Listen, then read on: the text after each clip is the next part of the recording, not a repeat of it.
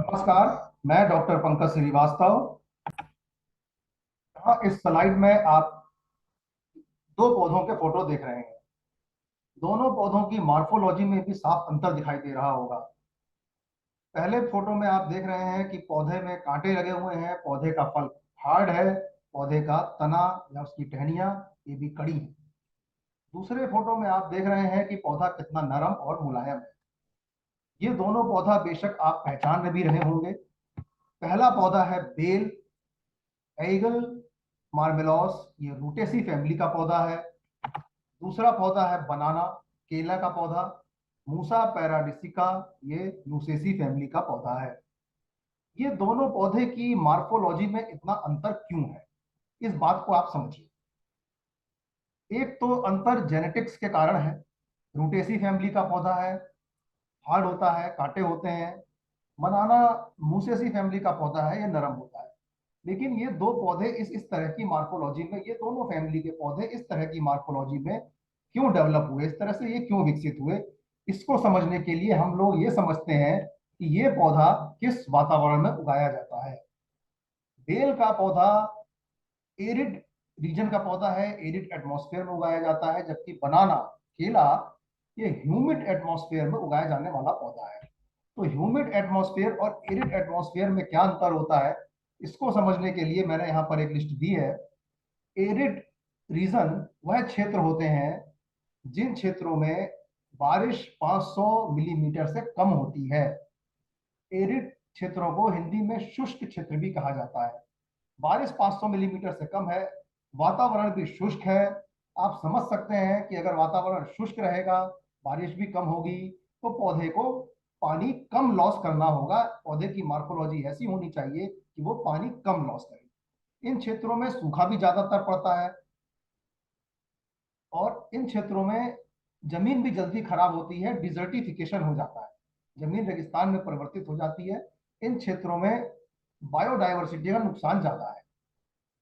दूसरे इसके विपरीत जो ह्यूमिड रीजन है, यानी कि आर्द्र क्षेत्र, जिन क्षेत्रों में वातावरण में नमी अधिक बनी रहती है, इन क्षेत्रों में बारिश भी 1250 मिलीमीटर से ज्यादा होती है।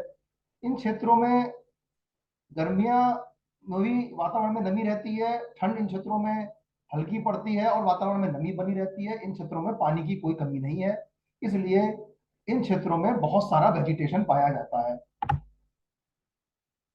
बेल का पौधा शुष्क क्षेत्र का पौधा है, ज्यादा पानी नुकसान करने की गुंजाइश इसके पास नहीं है, इसलिए पानी को बचाने के लिए इसकी पत्तियां छोटी हैं ताकि ट्रांसपिरेशन से पानी का नुकसान कम हो। पत्तियों में, इसके टहनियों में कांटे हैं। आप देखिए कांटे होते क्या है, बॉटनी के अंदर हम लोग समझते हैं, पढ़ते हैं कि जो स्पाइन्स हैं, इट इज मॉडिफाइड लीफ, ये पत्तियों का ही मॉडिफिकेशन है। अगर ये जो कांटे हमें दिख रहे हैं, अगर ये पत्तियां होते तो ये ट्रांसपिरेशन कर रहे होते। ट्रांसपिरेशन से पानी के नुकसान को बचाने के लिए ये कांटों में परिवर्तित हो गए हैं। इसका फल भी हार्ड है, इसका तना भी हार्ड है, पत्तियां छोटी छोटी है। यह सारी व्यवस्था रूटेसी फैमिली के पौधे जो शुष्क क्षेत्र में उगाए जाते हैं, उनके अंदर प्रकृति ने इसलिए की है ताकि ये पानी की बचत कर सकें और कम पानी में अपना जीवन यापन पूरा कर सकें। दूसरे तरफ हम देख रहे हैं केले का जो पौधा है, ये आर्द्र क्षेत्र का पौधा है, ह्यूमिड रीजन का पौधा है। बारिश 1250 mm से ज्यादा है, मिट्टी में नमी ज्यादा है और एटमॉस्फेयर भी इतना ह्यूमिड है कि ये इतनी चौड़ी चौड़ी पत्तियां होने के बावजूद भी, चूंकि वातावरण में ट्रांसपिरेशन कम होता है, इसलिए पत्तियां चौड़ी हैं ताकि ट्रांसपिरेशन कर सकें, फोटोसिंथेसिस कर सकें और अपना उत्पादन दे सकें। इसलिए इतनी चौड़ी पत्तियां हैं, इतनी नम पत्तियां हैं। इसका केले का तना भी, जिसे हम सूडो स्टेम कहते हैं, ये भी काफी नम है, इसमें भी पानी भरा हुआ है, क्योंकि ये आर्द्र क्षेत्र का पौधा है।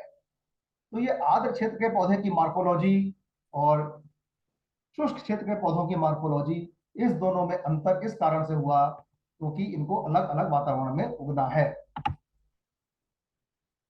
तो आज हम लोगों ने समझा कि एरिड रीजन क्या होता है, एरिड एटमॉस्फेयर कैसा होता है, ह्यूमिड रीजन क्या होता है, ह्यूमिड एटमॉस्फेयर कैसा होता है, और इन दोनों क्षेत्रों में उगने वाले पौधों की मार्फोलॉजी अलग अलग तरीके से क्यों विकसित हुई है।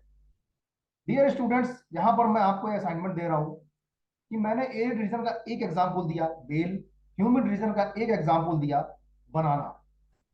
आप लोग किताब से पढ़ के या इंटरनेट पे सर्च करके इसी तरह के एरिड रीजन के और एग्जाम्पल, उन पौधों के नाम लिख के मुझे भेजें जो एरिड या सेमी एरिड रीजन में उगते हैं।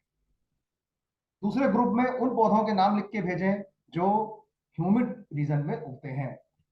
धन्यवाद, बहुत बहुत धन्यवाद।